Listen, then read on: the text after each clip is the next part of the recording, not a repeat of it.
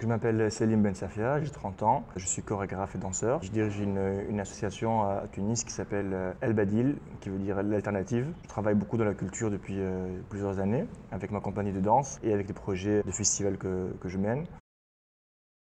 Moi, j'ai commencé à danser à Tunis en 2000, j'avais 15-16 ans, et je trouvais que la danse contemporaine, elle permettait vraiment d'avoir un mix entre plusieurs danses différentes. Elle permettait aussi de raconter quelque chose. Et j'ai créé ma première compagnie à Montpellier, et j'ai commencé à créer mes propres spectacles. Et j'ai eu vraiment la chance de pouvoir beaucoup voyager avec. Surtout, j'ai fait en Afrique, j'ai fait Bamako, j'ai fait Ouagadougou. J'ai réussi à voyager aussi au Brésil et rencontrer du monde, rencontrer des gens différents. Ça, c'est ce qui m'intéresse le plus. Puis 2013, je suis revenu vivre en Tunisie pour faire animer des choses, de créer des passerelles avec les personnes que j'ai rencontrées à l'étranger et de créer des passerelles avec la Tunisie pour qu'il y ait des échanges forts entre Tunis et l'autre rive de la Méditerranée. En fait, les difficultés étaient au départ de m'assumer en tant que danseur, surtout le passage du danseur hip-hop au danseur contemporain. Et quand j'ai commencé la danse hip-hop, c'était super parce que c'était une grande mode. En soirée, c'était très bien. Ensuite, quand j'ai commencé à faire de la danse contemporaine, à l'époque, en tout cas, c'était très difficile de dire je suis danseur contemporain, surtout par rapport à la famille, par rapport aux amis. La difficulté plus tard était de pouvoir proposer des choses. Parce qu'en Tunisie, il n'y a pas beaucoup de possibilités. À l'étranger également, c'est difficile parce qu'il y a tellement de compagnies différentes, tellement de concurrence. C'est difficile de s'imposer en tant que danseur. J'ai réussi, j'essaye en tout cas.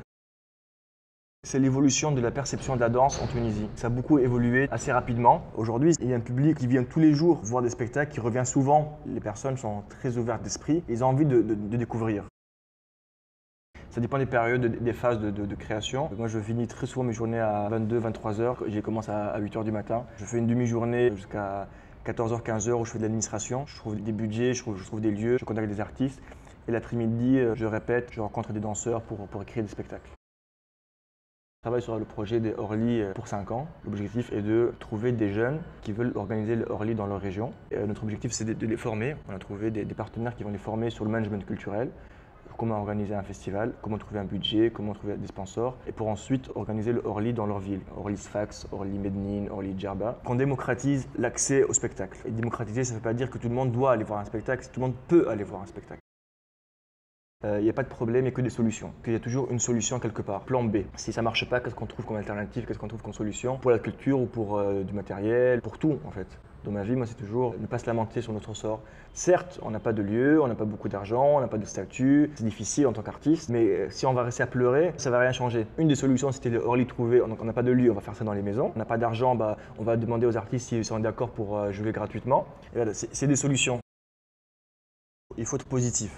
Il faut commencer à une petite échelle. C'est-à-dire qu'aujourd'hui, on peut aussi faire un petit festival qui va durer une journée. Au début, il n'y aura peut-être que 20 personnes qui vont venir, mais c'est pas grave. C'est un début. C'est commencer par se dire que c'est possible de faire. Personne n'a commencé à faire des très grands événements la première fois. Plus les gens verront que vous êtes sincère et que vous avez vraiment envie de le faire, après on va vous aider.